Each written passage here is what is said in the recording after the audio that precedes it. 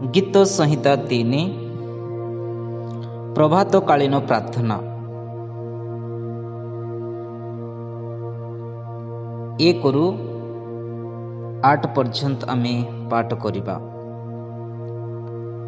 ଦାଉଦଙ୍କର ଆପଣା ପୁତ୍ର ଅବସାଲମନ ନିକଟରୁ ପଳାୟନ କାଳୀନ ଗୀତ। ହେ ସଦା ପ୍ରଭୁ, ମୋର ବିପକ୍ଷମାନେ କିପରି ବଢ଼ି ଅଛନ୍ତି। ମୋ ବିରୁଦ୍ଧରେ ଉଦ୍ୟତ ଲୋକ ଅନେକ ମୋ ପ୍ରାଣ ବିଷୟରେ କହନ୍ତି, ପରମେଶ୍ୱରଙ୍କ ନିକଟରେ ତା ପାଇଁ ପରିତ୍ରାଣ ନାହିଁ।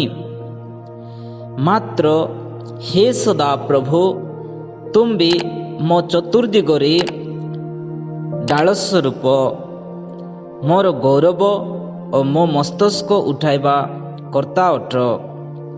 ମୁଁ ଆପଣା ରବରେ ସଦାପ୍ରଭୁଙ୍କୁ ଡାକେ, ପୁଣି ସେ ଆପଣା ପବିତ୍ର ପର୍ବତରୁ ମୋତେ ଉତ୍ତର ଦିଅନ୍ତି।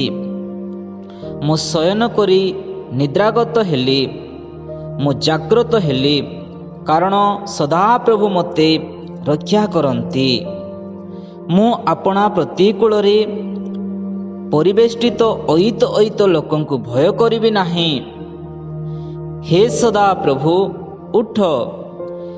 ହେ ମୋର ପରମେଶ୍ୱର, ମୋତେ ପରିତ୍ରାଣ କର, କାରଣ ତୁମେ ମୋର ଶତ୍ରୁ ସମସ୍ତଙ୍କ କଳହାଡ଼ରେ ଆଘାତ କରିଛ।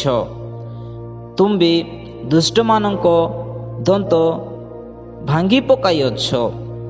ପରିତ୍ରାଣ ସଦାପ୍ରଭୁଙ୍କର ଅଧିକାର।